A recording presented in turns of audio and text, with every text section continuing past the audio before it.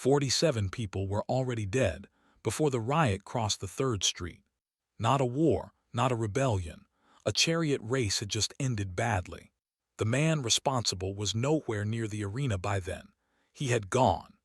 This is a reconstruction, based on faction records and stone inscriptions. He never once touched the reins. He never raced a single chariot himself. He ran the Grens, and what he managed was never just sport at all. Day 1, 7 days before the Ludi Romani Games begin at dawn. I wake before the rest of Rome. The Greens faction doesn't sleep past dawn. My name doesn't matter, the faction's color does. Grens matter here. In Rome, your faction color marks exactly who you answer to and must serve. This week I have 3 separate problems with only 6 days to fix them all. Problem 1, my fastest horse is dead, drowned crossing the Tiber River. Problem 2, my driver Priscus has received an offer from the Blues. Problem 3, I won't discover it even exists until day 4. Not yet. First, the horse. The stable complex sits half a mile south of the Forum. 40 horses, 12 grooms, 3 surgeons assigned to our stable. Nothing I manage is mine. The Grens own it all. I just manage. The stable smells of lanolin, oiled leather, and wet straw every morning. The dead horse was a Numidian gray, purchased out of Carthage last season. Replacing him costs 8,000 sesterces and 4 days of sea transit. Our breeding farm is 600 miles away, near Carthage on the coast. The courier must leave by noon. There is simply no faster option available. This is not sport. It's a corporation, run as one from the very start. The Grens directly employ 400 people in this city alone. On any race day, 150,000 spectators fill those stands. Most of that enormous crowd thinks it's watching sport. Everyone is wrong. Late afternoon, betting ledger arrives, 300 folios counted. 200,000 sesterces wagered on a single afternoon race here. 10% of every wager funds the Grens. No exceptions. Day 2, Priscus is already waiting in my atrium when I arrive at dawn. He's been with the Grens for 9 years, 42 race victories. He sets a sealed letter on the table directly between us and says nothing.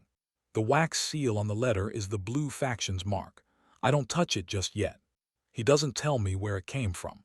He doesn't even need to say that out loud to me. Blues and Grens don't just race. We effectively run Rome.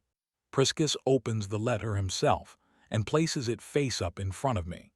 What Lucius didn't know yet was precisely what the Blues were actually after. It wasn't the driver. The Blues never actually cared about Priscus at all.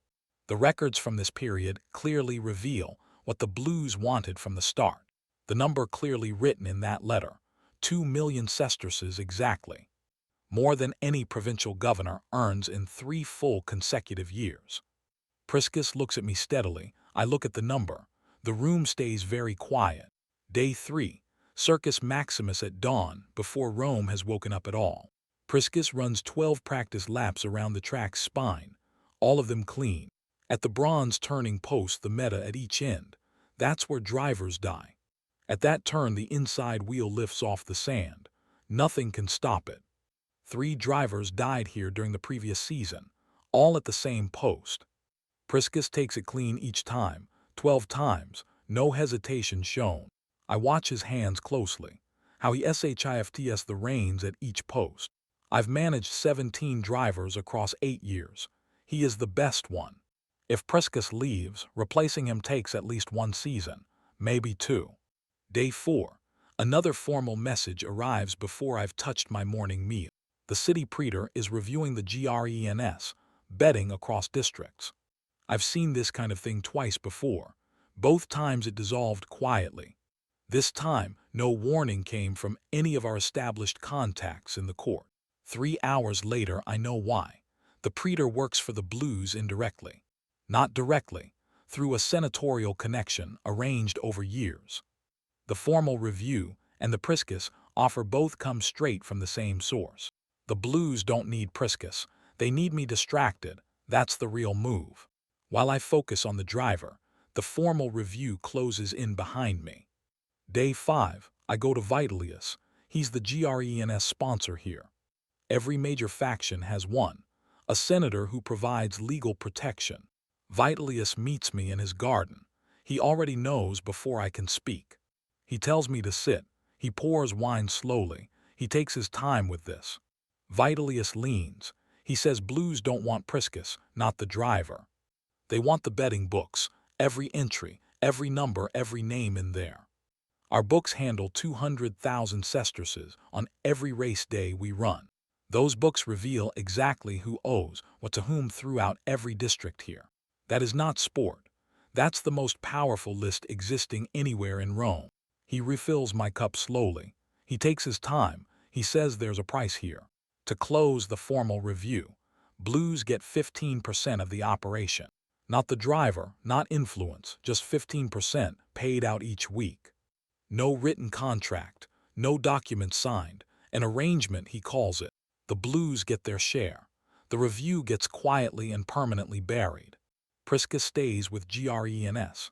Nobody outside this garden knows. I nod, we drink. The birds keep singing in the garden around us now. That evening, I eat alone in silence and think about what I'm actually running.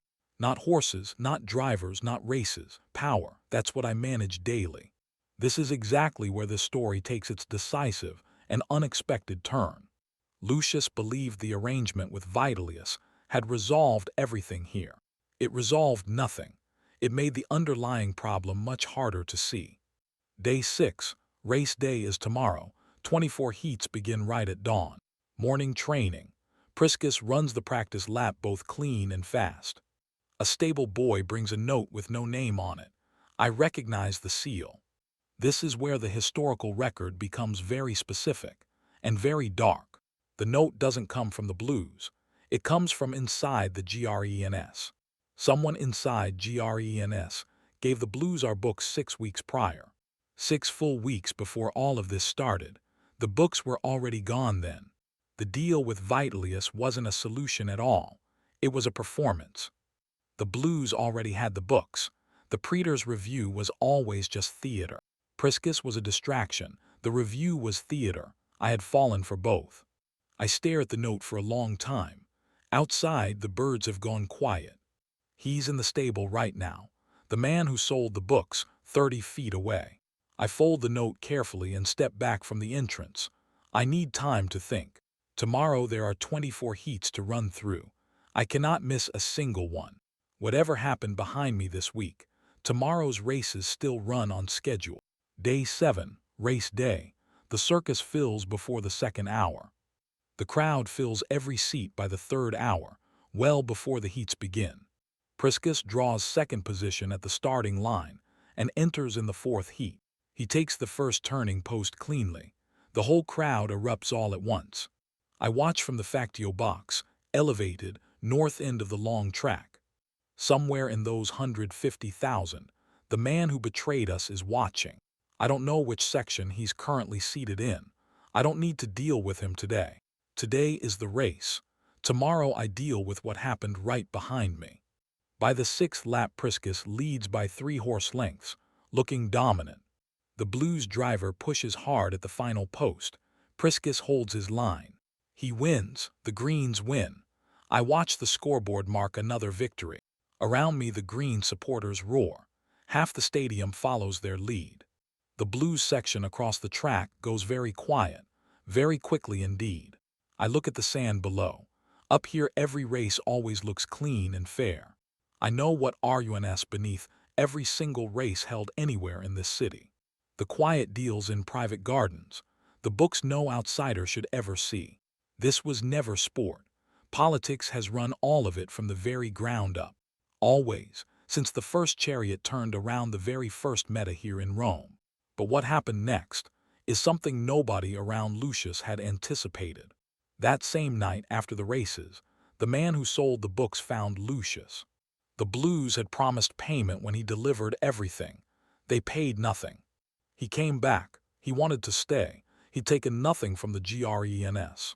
Lucius sat with that a long time. He said just 2 words, stay quiet. Not mercy, not anger, stay quiet. In this world that was sufficient. A reconstruction. Lucius doesn't appear within any historical record. The Grens he managed appear in surviving Roman sources we possess. Stone inscriptions, breeding contracts, court records, all survived. Those records reveal something the race results alone could never have shown. Faction managers didn't just manage sport, they managed Rome's politics. Blues versus Grens was Rome's entire political opposition. The riot at the start, 47 dead, one team had lost the race. The wrong color crossed the finish line first. In Rome, that was sufficient. We think sports and politics only recently became the very same thing. They were never separate in Rome, not once, not in a chariot race. Diocles of Spain was the highest-paid athlete in all recorded history. 35 million sesterces, over 24 years of driving races. More than 15 billion in modern terms. One Roman chariot driver. Not a gladiator, not a general, a chariot racer born at the edge. The manager who ran him never became famous at all. The driver did. Diocles raced for greens first, then the blues, then the reds. So the very next time you see thousands of people lose themselves over sport, over a ball crossing a line or a car reaching first, a team knocked out. No, the Romans felt exactly the same strong reaction 2,000 years ago. The game changes its shape over centuries. The humans playing it never change.